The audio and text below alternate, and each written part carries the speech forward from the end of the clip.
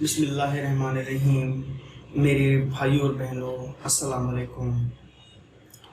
اس کائنات میں منفی کردار بھی پائے جاتے ہیں تو مثبت کردار بھی پائے جاتے ہیں۔ ہمارا جو ٹاسک ہوتا ہے وہ یہی ہوتا ہے کہ ہمیں مثبت کرداروں کو ڈھونڈنا ہے، ان کو تلاش کرنا ہے اور ان کی خوبیوں کو تلاش کرنا ہے اور ان کی خوبیوں کے متعلق جاننا ہے، سیکھنا ہے، اور پھر وہی خوبیاں ہمیں اپنے اندر بھی کلٹیویٹ کرنی ہیں، اپنے اندر بھی پیدا کرنی ہیں۔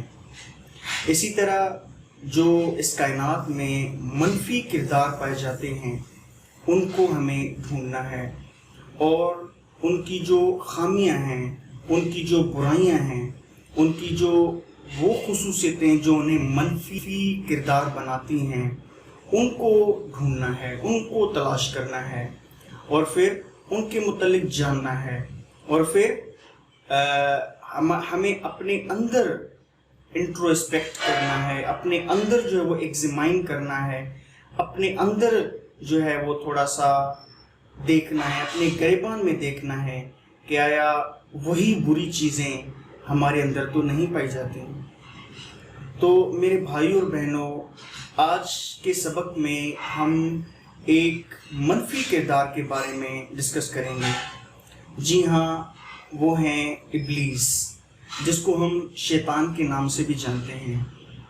میرے بھائیوں اور بہنوں، ابلیس کے راستے کو ابلیسیت کہا جاتا ہے۔ جب ہم ابلیسیت پر غور کرتے ہیں تو ہمیں کیا دکھائی دیتا ہے، ہم کیا جان پاتے ہیں، ہم کیا سیکھ پاتے ہیں؟ سب سے پہلی چیز جو ہم سیکھ پاتے ہیں کہ ابلیس کے کردار میں جو چیز ہمیں نظر آتی ہے وہ ہے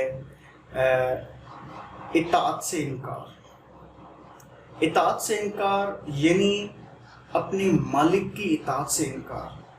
اللہ رب العزت نے اسے کہا کہ تم آدم کو سجدہ کرو اور اس نے انکار کر دیا۔ اور دوسری جو اس کی ہمیں دکھائی دیتی ہے یعنی وہ خامی، وہ ہے خود کو دوسرے سے برتر سمجھنا۔ یعنی ابلیس سے جب اللہ نے پوچھا کہ تم نے کیوں آدم کو سجدہ نہیں کیا، تو اس نے جو دلیل پیش کیا تھا وہ یہی تھا کہ میں اس سے سپیریئر ہوں، اس کو آپ نے مٹی سے بنایا اور میں آگ سے بنا ہوا ہوں۔ تو ابلیس نے خود کو سپیریئر سمجھا تھا، خود کو برتر سمجھا تھا اور آدم کو کمتر سمجھا تھا اپنے آپ سے۔ اور تیسری جو خامی ہمیں ابلیسیت کے کردار میں نظر آتی ہے وہ ہے اپنی غلطی کا دفاع کرنا۔ ایک بار اس سے گناہ ہو گیا، اس سے غلطی ہو گئی، اللہ کے اطاعت سے انکار کر دیا، تو اس نے یعنی اس پر بضد رہ گئے، اس کو اپنی غلطی نہیں مانا، پھر توبہ نہیں کی۔ لیکن حضرت آدم علیہ السلام سے بھی غلطی ہوئی اور اس نے جو ہے اللہ کے احکام کی خلاف ورزی کرتے ہوئے جنت کا پھل کھایا، لیکن اسے احساس ہوا اور اس نے احساس ندامت کیا، توبہ کی، استغفار کیا، لیکن یہ چیز شیطان میں نہیں تھی۔ تو شیطان کی تیسری چیز کیا تھی؟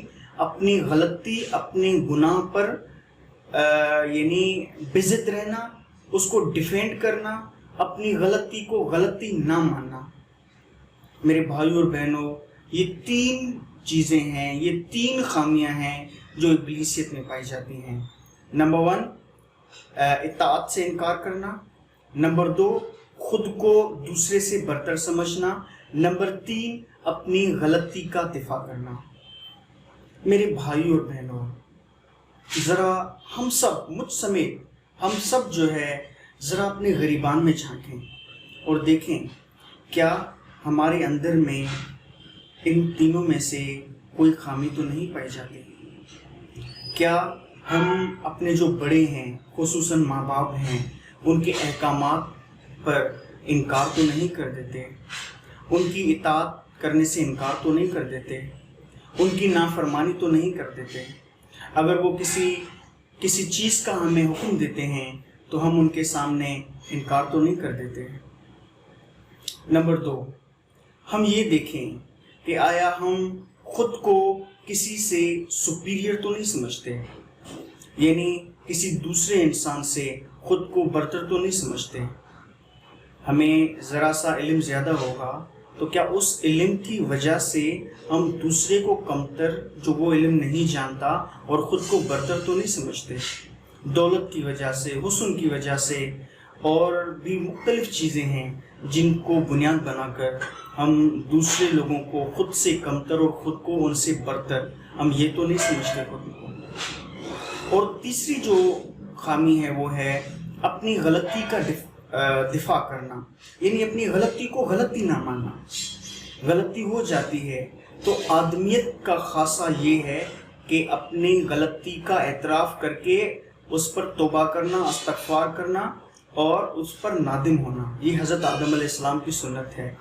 لیکن ابلیس کی سنت کیا ہے کہ اپنی غلطی پر ڈٹ جانا، اپنے گناہ پر ڈٹ جانا، اپنے گناہ پر، اپنی غلطی پر ضد کرنا. تو میرے بھائیوں اور بہنوں، اگر یہ تینوں چیزوں ہمارے اندر میں نہیں ہیں تو ہمیں اللہ کا شکر ادا کرنا چاہیے کہ اللہ نے اس طرح کے رذائل ہمارے اندر نہیں آنے دیے. لیکن اگر یہ چیزیں ہمارے اندر ہیں تھوڑا سا، یعنی کچھ نہ کچھ ان کے اثرات ہیں، تو ہمیں آج سے کوشش کرنی چاہیے کہ ان کو ایک ایک کر کے ہمیں اپنی ذات سے نکالنے ہیں. اللہ پاک ہمیں یہ تینوں بری چیزیں اپنی شخصیت سے، اپنی ذات سے نکالنے کی توفیق عطا فرمائے. آمین.